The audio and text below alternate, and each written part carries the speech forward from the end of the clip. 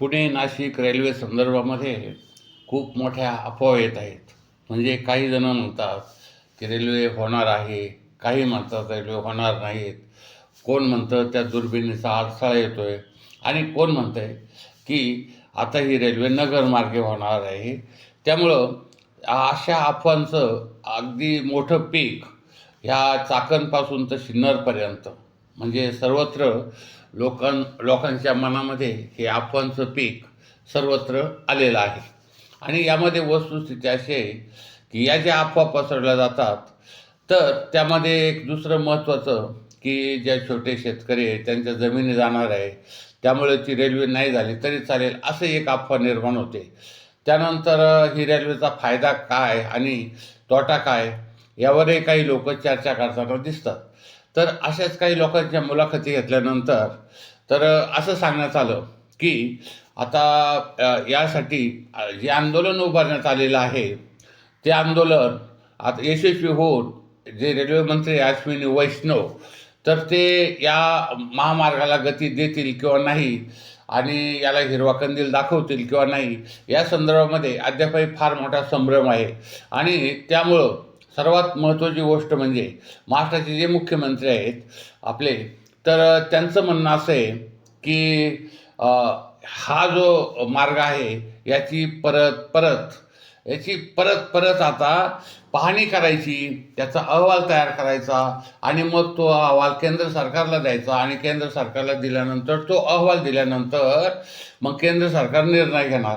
म्हणजे यापूर्वी जो मार्गाचा अहवाल झाला होता, मार्गाचा नकाशा झाला होता तर तो गेला म्हणजे त्याविषयी काहीच बोलत नाहीत. शेतकऱ्यांना काही पैसे दिले होते आणि काही जमिनी अधिग्रहण केलं होतं काही जमिनींचं.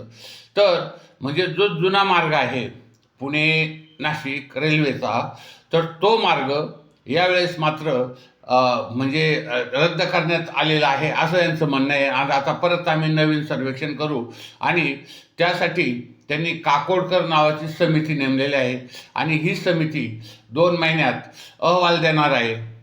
त्यामध्ये एक दुसरा महत्त्वाचा मुद्दा त्यामध्ये एक असा केला की ही जी दुर्बीण आहे नारायणगावची तर ही दुर्बिणीमध्ये 32 देशांचं काय 27 देशांचं सहभाग आहे आणि त्यामुळे त्या दुर्बिणीला अडथळा होतो असं एक कारण सांगितलं गेलं.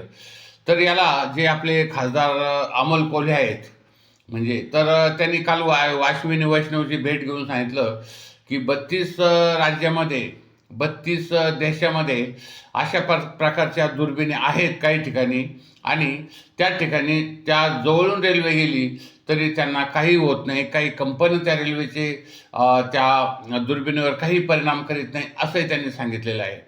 तर आता हे खासदार त्यासाठी प्रयत्न करतात. त्यानंतर त्या आपले जे संगमनेरचे तांबे सत्यजित तांबे त्यांनी एक मोठा उठाव केला आणि 9 तारखेला मोठं आंदोलन केलं. ते अगदी चाकणपासून ते सिन्नरपर्यंत विविध ठिकाणी विविध आंदोलन झाले आणि फार मोठं आंदोलन झालं. त्याची दखल सरकारने घेतलेली आहे आणि काकोडकर समिती नेमलेली आहे. काकोडकर समिती 2 महिन्यात अहवाल देईन असं त्यांचं म्हणणं आहे. परंतु जर समजा या 2 महिन्यामध्ये जर समजा त्याने अहवाल नाही दिला तर मग ही अशीच परिस्थिती पुढे निर्माण होणार आहे. तर आता नेमकं यामध्ये लोकांचं म्हणणं काय आहे आणि लोक कशा पद्धतीने हे करणार यावर सर्व काही अवलंबून आहे. कारण काही आमदार काही खासदार यापूर्वी देखील त्यांनी या संदर्भात प्रयत्न केले आहेत. मग यामध्ये आंबेगावचे आमदार माजी मंत्री वळसे पाटील आहेत. त्यानंतर आता हे खेडचे आमदार जे काळे हे आहेत. त्यानंतर संगमनेरचे आमदार आहेत. त्यानंतर सिन्नरचे खासदार आहेत. म्हणजे अशा पद्धतीचे जे लोक आहेत ते अश्विनी वैष्णव यांना भेटलेले आहेत. त्यानंतर त्यांनी विधिमंडळात देखील हा प्रश्न उपस्थित केलेला आहे की रेल्वेचं होणार काय बाबा. कारण लोकांची फार मोठी अपेक्षा आहे की ही रेल्वे व्हावी. परंतु ह्या रेल्वेला 2 भाग आहेत. म्हणजे दुतर्फा एक ज्या शेतकऱ्यांच्या जमिनी जाणार आहेत त्यांचं पुनर्वसन कशा पद्धतीने करणार हा त्यामध्ये महत्त्वाचा मुद्दा आहे. कारण काही शेतकऱ्यांची 2-2, 4-4 एकर जमीन आहे आणि ती जमीनच गेली तर त्या शेतकरी पुढं काय करणार हा एक महत्त्वाचा मुद्दा आहे की त्यांचं पुनर्वसन करणं हा एक महत्त्वाचा भाग आहे. त्यानंतर जेव्हा भूमी अधिग्रहण केलं जातं आणि त्याची रक्कम आहे ही फार तुटपुंज्या स्वरूपामध्ये मिळते. म्हणजे बाजारभावामध्ये एका गुंठ्याला जर 50,000 रुपये असतील तर सरकार फक्त 10,000 रुपये देतं. म्हणजे अत्यंत अल्पमोल किंवा कवडीमोल भावात या जमिनी घेतल्या जातात. त्यांना बाजार भावाप्रमाणेच मूल्य दिलं पाहिजे अशी बहुसंख्य शेतकऱ्यांची मागणी आहे. हा एक महत्त्वाचा मुद्दा. त्यानंतर पुनर्वसन करण्यासाठी समजा रेल्वेमध्ये ज्यांच्या जमिनी गेल्या त्यांचे मुलं किंवा त्यांचे कुणी असतील, मुलं असतील किंवा त्यांच्या घरातील व्यक्ती, मग त्या व्यक्तींना देखील रेल्वेमध्ये नोकरी देऊन त्यांचं काही हे करण्याचं असं एक म्हणजे पुनर्वसन करण्याची आट त्यामध्ये घालणं हेही महत्त्वाचं आहे असं काही लोकांचं म्हणणं आहे.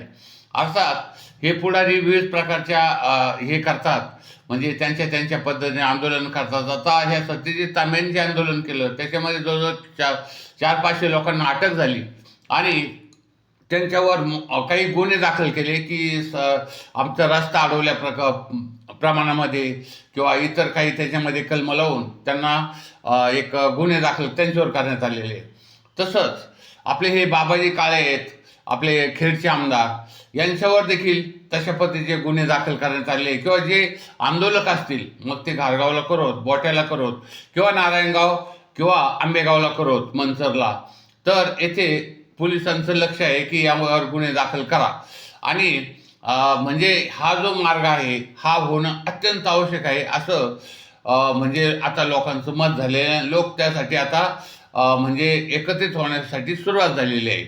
आणि आता 2 महिन्यानंतर जर समजा या मार्गाला मंजुरी जर मिळाली नाही तर फार मोठं आंदोलन अधिक होण्याची शक्यता निर्माण झालेली आहे. कारण काकोडकर समितीचा अहवाल जरी असा येणार असला ह्या दुर्बिणीच्या माध्यमातून, तरीही ह्या काकोडकर समितीला आणि ह्या वैष्णव यांना, अश्विनी वैष्णव रेल्वे मंत्री यांना, तसंच पंतप्रधान मोदी यांना ह्या अमोल कोल्हे म्हणजे जे खासदार आहे डॉक्टर अमोल कोल्हे, त्यांनी ह्या 32 राज्यामध्ये 32 देशामध्ये असलेल्या दुर्बिणींचा अडथळा रेल्वेला होत नाही याच्या प्रती आणि ते माहिती वगैरे आहे त्या संदर्भात दिलेली आहे.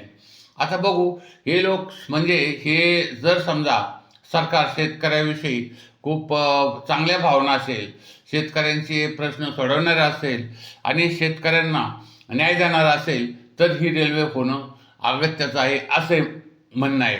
आता ह्या रेल्वेचा जो मार्ग आहे पहिल्यापासून जर गेला तो खेड चाकण वरून ती सरळ खेड राजगुरुनगरवरून मनसर, त्यानंतर नारायणगाव, बोटा, घारगाव वगैरे, साकूर ते आंबोरे वगैरे त्या मार्गे, संगमनेर आणि अकोले, देवठाण वगैरे त्या मार्गे जाणार आहे ती, म्हणजे दोडी असं नाशिक मार्गे, सिन्नर वगैरे. तर ह्या रेल्वेला अडथळा करण्याचं काही कारण नाही आहे.